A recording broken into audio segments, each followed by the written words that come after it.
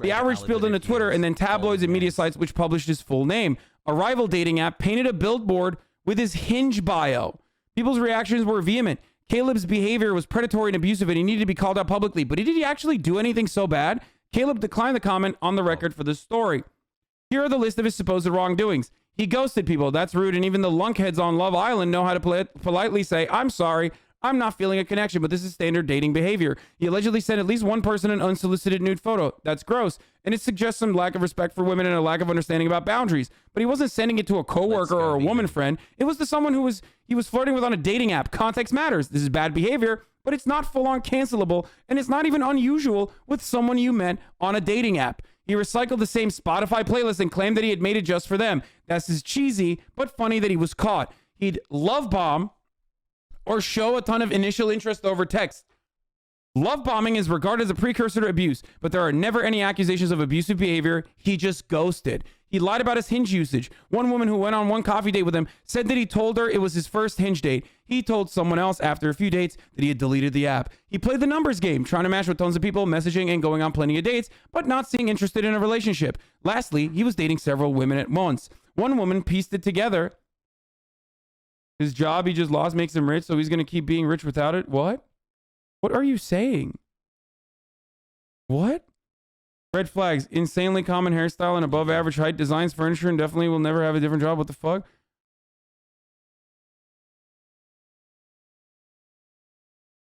What are you saying?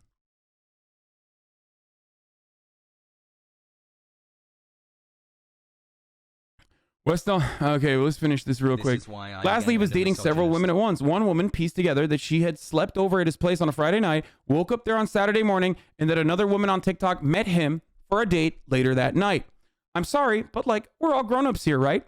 If you're shocked by the idea of a young single person in New York City having sex with more than one person they're casually dating, there's a whole TV show from the 2000s I'd love for you to check out. It's got really great outfits. Caleb got away with a lot of bad behavior because he's cute and tall. He's clearly a bad dater, and he evidently did some disrespectful stuff to women he was talking to. By the way, this is written by a woman. This is written by, actually, probably the best BuzzFeed news reporter, Katie Natopoulos, who is very good at parsing through, like, the internet culture shit.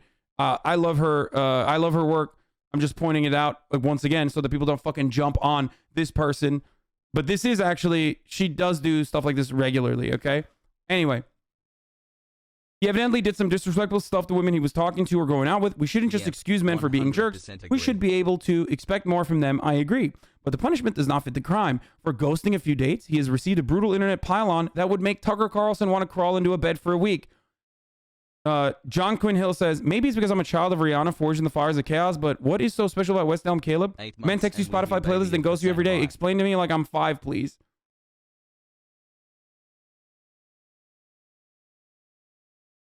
What? They didn't deserve to be hurt 100 times more? What do you mean? You make it very clear hurting others is scummy and awful when you make your jokes on others. Having to power to stop the concert? What do you mean? I'm confused by this, but anyway. Wait, stop fucking piling on to people in the chat when I misunderstand something. You guys are so fucking annoying in this community too. Stop saying seek help, mental illness. Okay, stop. You don't know. You don't even know what this person said. Why are you guys so fucking aggressive? Stop. I tell you this all the time.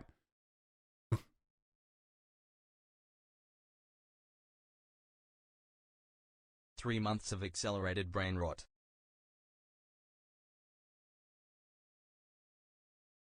Incels did the same to Katarina when you called it out then too, but people will shit on you no matter what.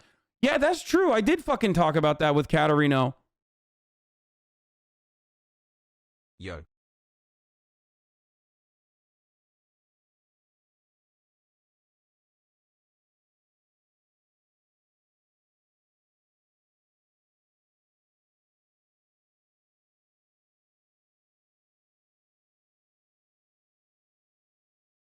Love the stream.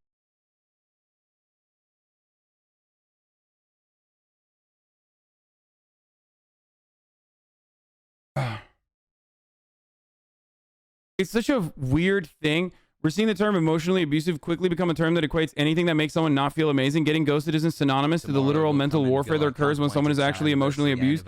Getting ghosted and that making you sad isn't necessarily emotionally abused. These women in this isolated case aren't hard done by. I just like I don't get it. Like, you know, you have bad dates. You know, you have bad dates. You don't vibe well. If you've ever dated multiple people, if you've ever been single in a big city, you already know that. You go on a date, you don't fucking vibe well, okay? You just like, you thought you would, but it didn't work out. Maybe you liked the other party more than they liked you. You know what you do? And I'm speaking from experience. Like, a lot of people immediately jump to being like, you're just like Caleb, and that's why you're defending him. No, motherfucker. I've been on the other side. I'm a guy. I'm sure Caleb has been on the other side more times than he's been the fucking, you know, perpetrator of ghosting. Every man in this chat knows exactly what the fuck I'm talking about. Doesn't matter how fucking hot you are, okay? There's no such thing. Like, we all get fucking ghosted. That's just a part of how dates work. That's crazy. I'm willing to bet that that girl has ghosted more people than fucking Caleb has.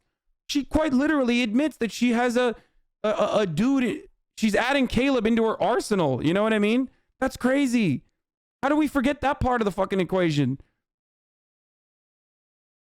In 2013, Justin Sacco tweeted an offensive joke about the AIDS epidemic in Africa before boarding a long flight. While Sacco was in the air, her tweet hit a viral outrage cycle. Sacco lost her job, gained overnight infamy. In hindsight, she was a victim in that moment in Twitter culture where it felt like a daily outrage machine that needed fresh meat to chew up each day. She was a case study about the consequences of online mobs for John Ronson's book, So You've Been Publicly Shamed. I love John Ronson. You guys know this.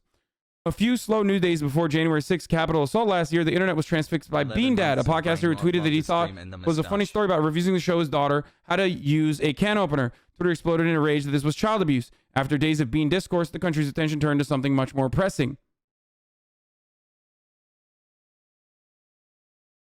To some degree, Twitter has gone through several cycles of debating about what it means to get the pitchforks out and make someone the main character. There's some consensus about worthy targets having some form of power, or at least being a public persona.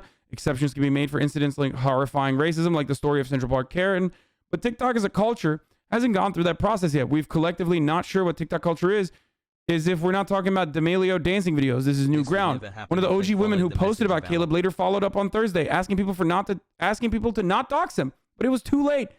Even at a product level, TikTok isn't designed for conversation. Replies and follow-ups are hard to find.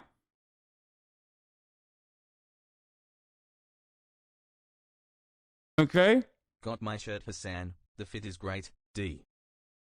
How many people that are using TikTok have never used the internet before? So many. Do you want to know why? Because they're like 12. That's the point. It's not what you think it is. It's not like 30-year-old men are fucking using TikTok and that's the first time they use social media. It's because they're like 14 and they grew up in an internet. They grew up in the internet and like this is the first time that they're like super active on a fucking social media platform. This is how Gen Z thinks they can fight patriarchy. I mean, it's not like this happened in a bubble ruining individuals over social frustration is just an American thing now. It just sucks. It's the worst fucking part about this. And I've talked about this before with every other thing. Okay? I've talked about this with other shit. What do I always say? I've talked about this before. These kinds of campaigns, these kinds of like cancellation campaigns on social media, even if it's literally like a fucking person being racist, it's done out of a place of frustration and powerlessness. Okay? It's done because we collectively recognize that we have no power to make systemic change. Racism is a systemic problem. Misogyny and the patriarchy and patriarchal constructs that, you know, actually inflict a lot of violence on women in many instances, that is a systemic problem. But the solution to that is comprehensive and it's very hard and it's probably not going to happen. And that's precisely why people just say, fuck it, we can't do any of that. We recognize that we're powerless, okay? So let's just fucking take out our frustration on a dude. And in some instances, it can be warranted, but in a lot of instances, it's not. Okay?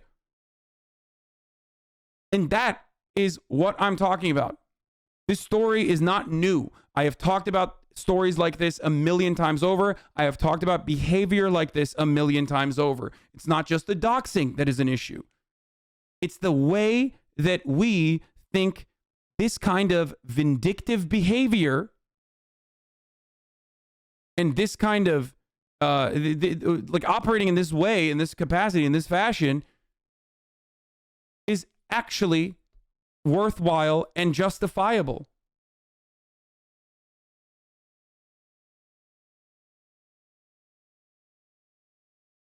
That's crazy.